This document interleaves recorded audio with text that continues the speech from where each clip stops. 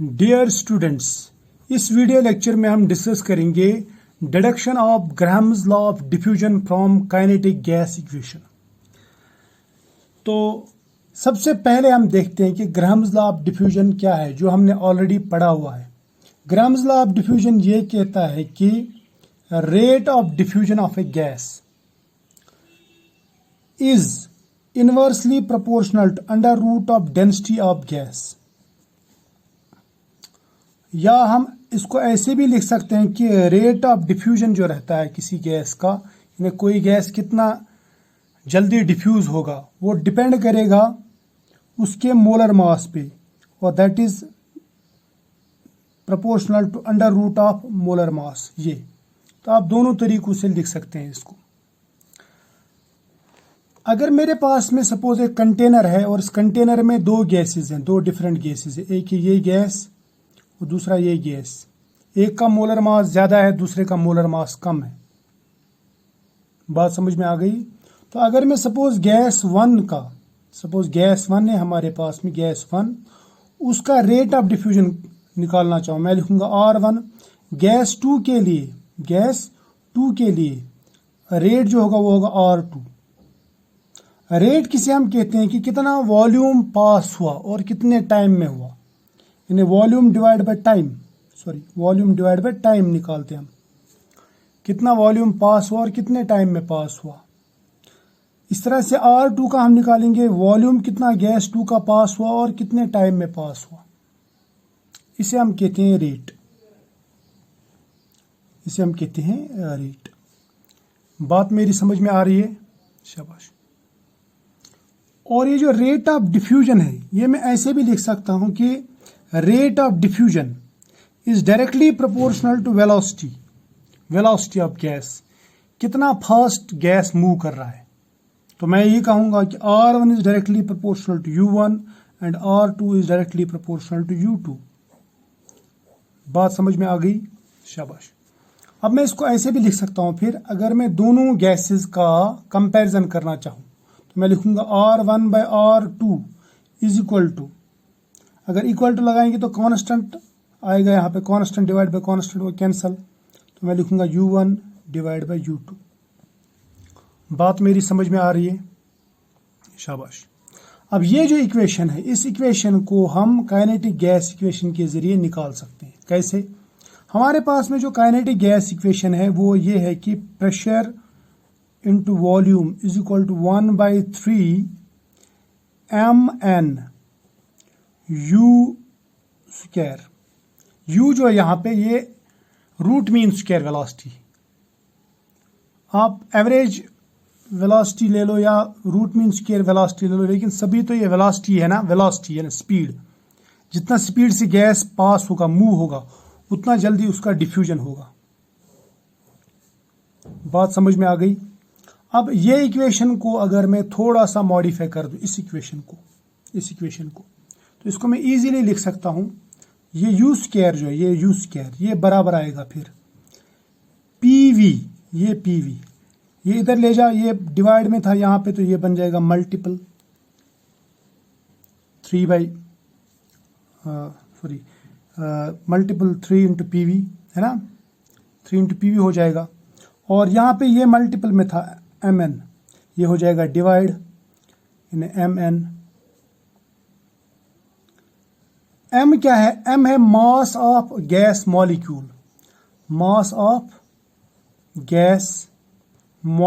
Molecule.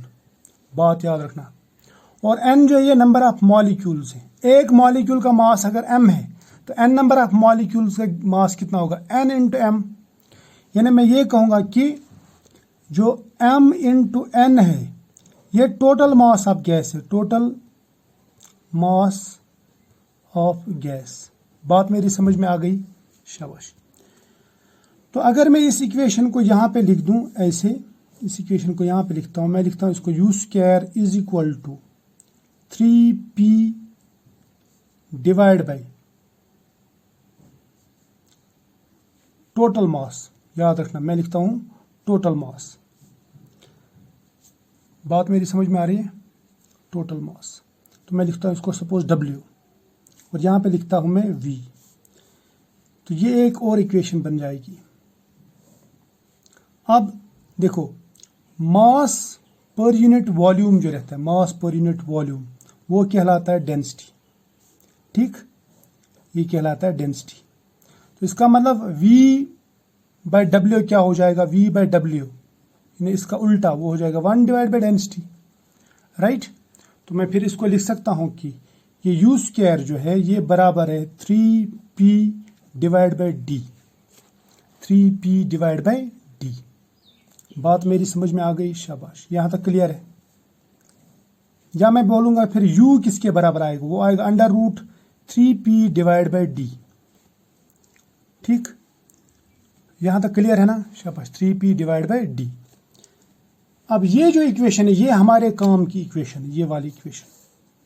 इस equation को आप यूज कर सकते हैं। आप इसको दूसरे तरीके से भी लिख सकते हैं, लेकिन मैं एक सिंपल सा तरीका बताता हूं, यह आपके काम का है। अब देखो, यहां पे अगर मैं rate of gas 1 divide by rate of gas 2 लिखता हूं, वो बराबर होता है velocity of gas 1 divide by velocity of gas 2। ठीक, अगर मैं ये वेलोसिटी इन वेलोसिटीज के बदले में ये लिख दूं 3P/D, √3P/D, तो मैं ये कह सकता हूं कि U1 is equal to √3P divide by D1। ठीक, इस तरह से U2 equal to √3P divide by D2।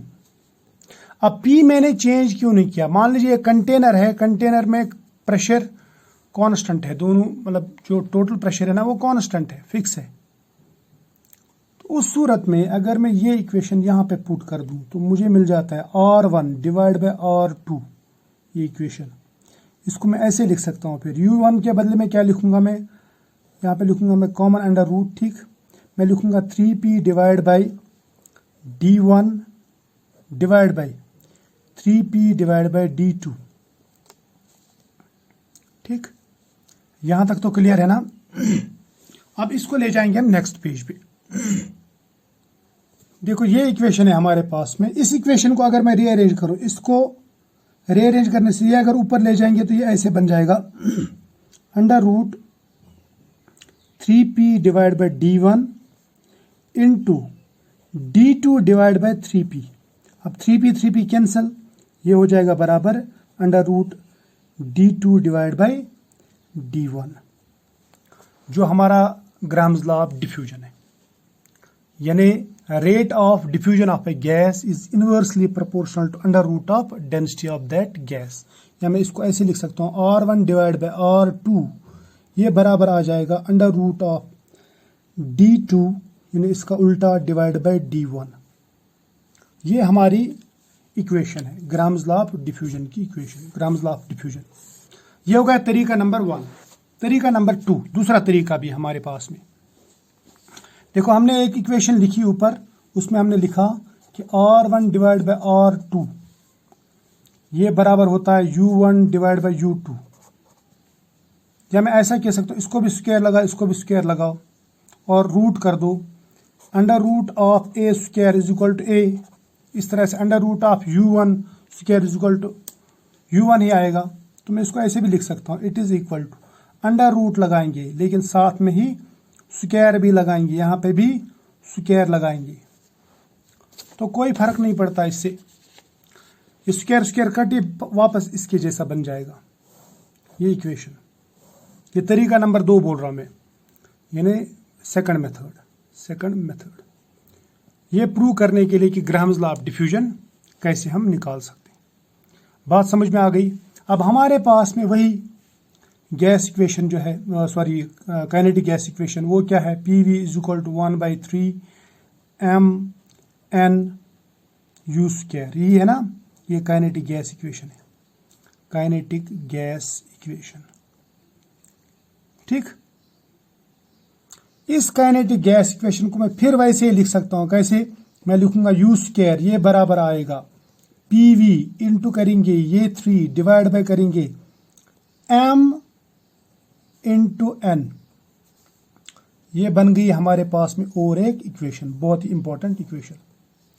अब देखो यहां पे क्या कर रहा हूं मैं, अगर मैं ले लूंगा ये जो गैस है, if it is 1 mole ideal gas, बात समझ लेना मेरी, अगर ये 1 मोल आइडियल गैस है तो फिर यहाँ पे आइडियल गैस इक्वेशन ही पुट करेंगे ना।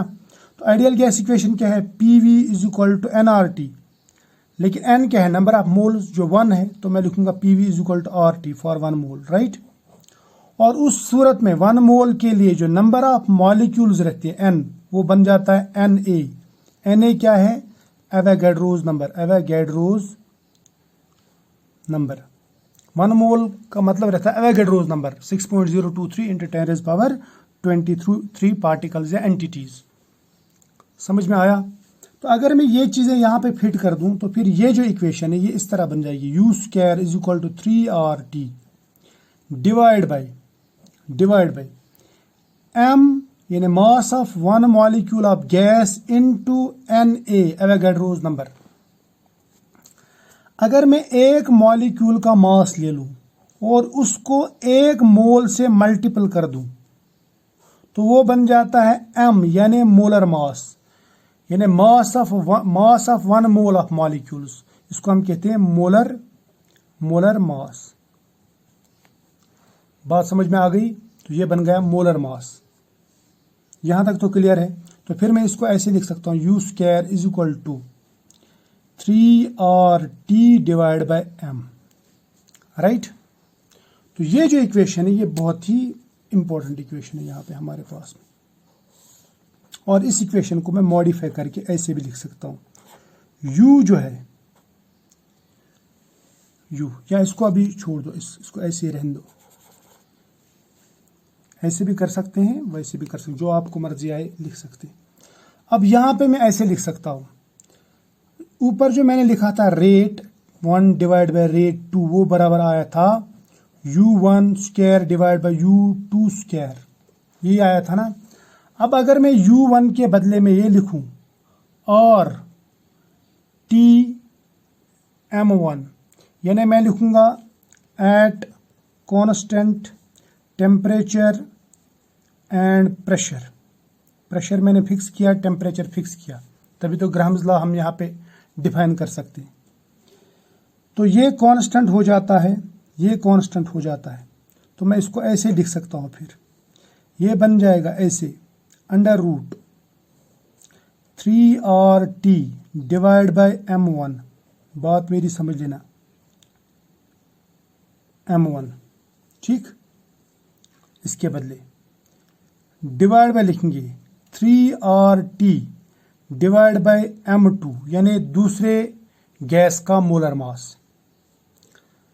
ये वेलोसिटी ऑफ गैस 1 है, ये वेलोसिटी ऑफ गैस 2 है। यहाँ पे भी मोलर मास ऑफ गैस 1 लेंगे, यहाँ पे मोलर मास ऑफ गैस 2 लेंगे, क्योंकि मोलर मास जो है ये अलग अलग गैसेस का अलग अलग रहता है।